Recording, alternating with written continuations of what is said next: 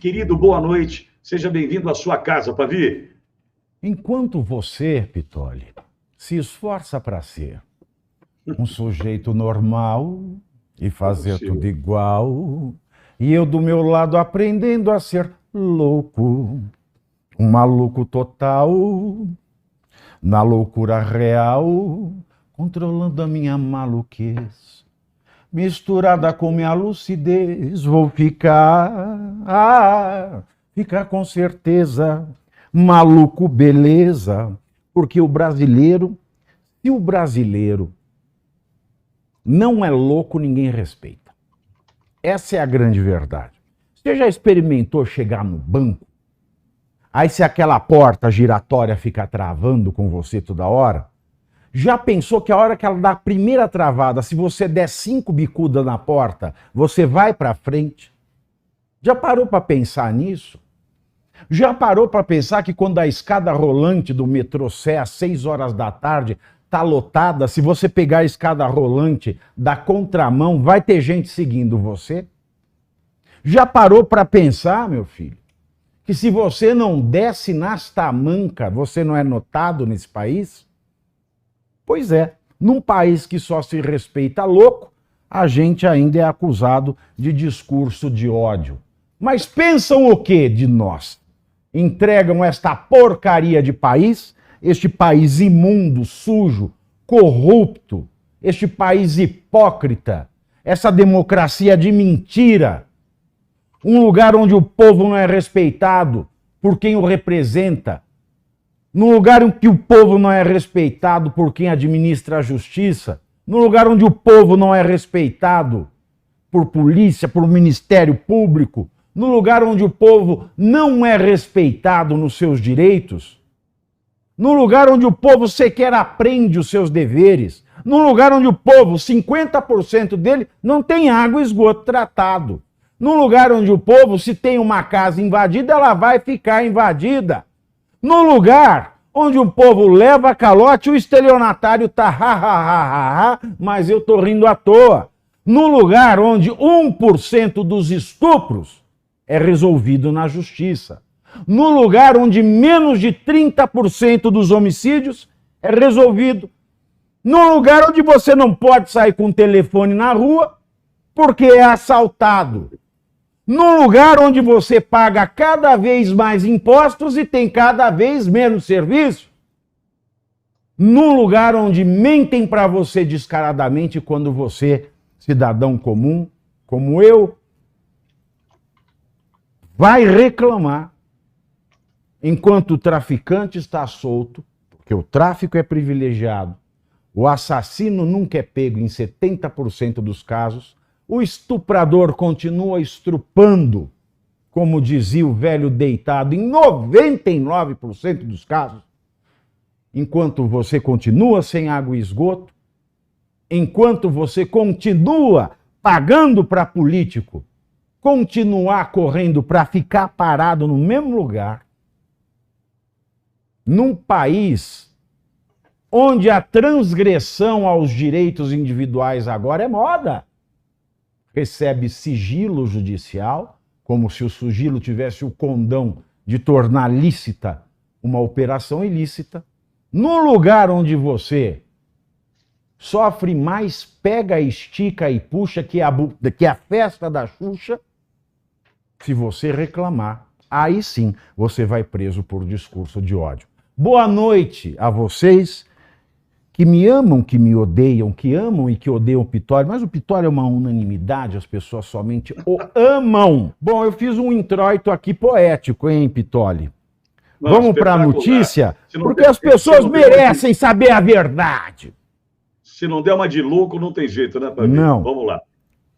Bom, Pavi, a primeira informação vem do Estadão e falando sobre reforma tributária. Reforma tributária deu mais um passo ontem, quarta-feira, dia 24, com o envio pelo governo ao Congresso Nacional da proposta de regulamentação. O ministro da Fazenda, Fernando Haddad, disse acreditar que a regulamentação pode ser aprovada na Câmara até o recesso parlamentar em julho. Depois disso, iria para o Senado. A reforma tributária deu esse passo ontem, quarta-feira, com envio ao Congresso para sua regulamentação. O que chama atenção, Pavi, é que são 300 páginas que precisam ser discutidas, e o que eu sinto é que é um afogadilho mais uma vez, Pavi. Afogadilho. Essa reforma começa, Pittoli, que ela é inconstitucional.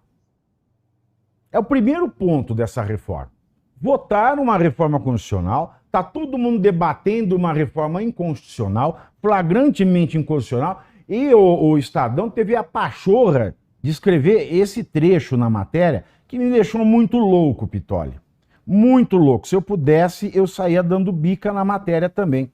Ela falou que para a unanimidade dos especialistas, a reforma não é ideal, mas era a reforma que precisava ser feita.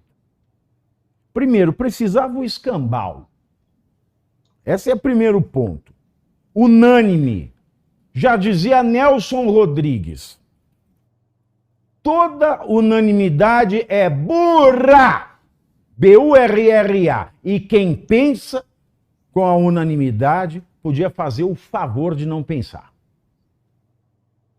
Então essa unanimidade que o jornal Estado de São Paulo tirou esse dado da unanimidade, deve ter tirado do famoso CAD-MDMC, o Centro de Estatística Aplicada do meio do...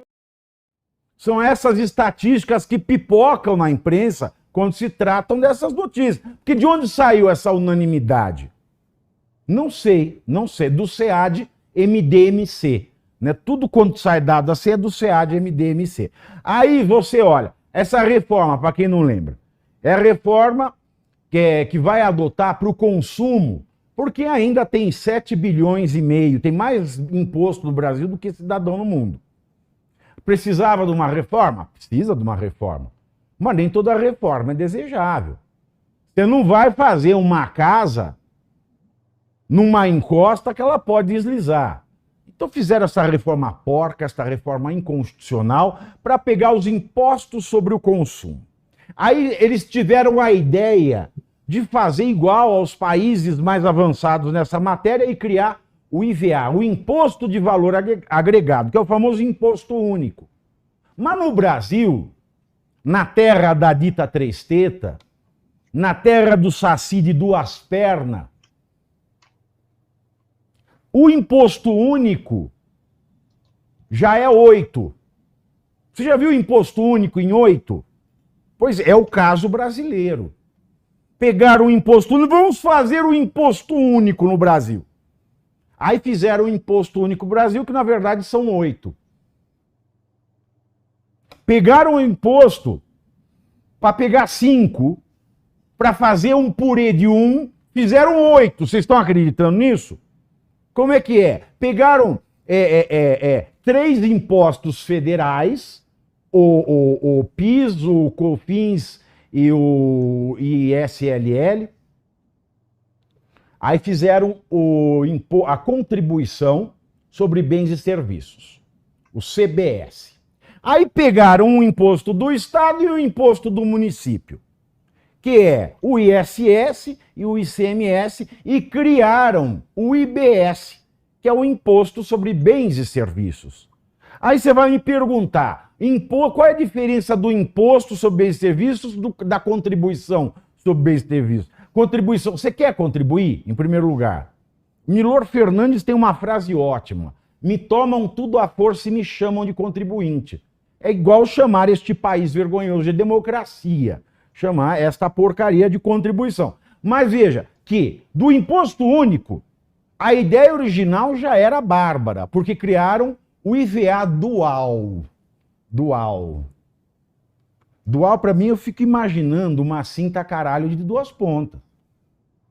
É isso que foi criado no Brasil. Mas para piorar, o imposto que era único, que já transformaram em dual no processo, ele é 8. Então de 5, virou 8 na verdade. Porque agora, eles vão estar divididos assim. Tem a alíquota, tem o IBS e o CBS, tá? CBS é o federal, o IBS é o estado municipal, que já é uma bizarrice. Só a questão do IBS, nela reside a inconstitucionalidade, mas eu vou falar já. E esse imposto, o IBS, ele vai estar dividido da seguinte maneira. Já tem dois, lembra? Então nós vamos pegar aqui, ó, alíquota padrão. Quanto vai ser? Não sabe.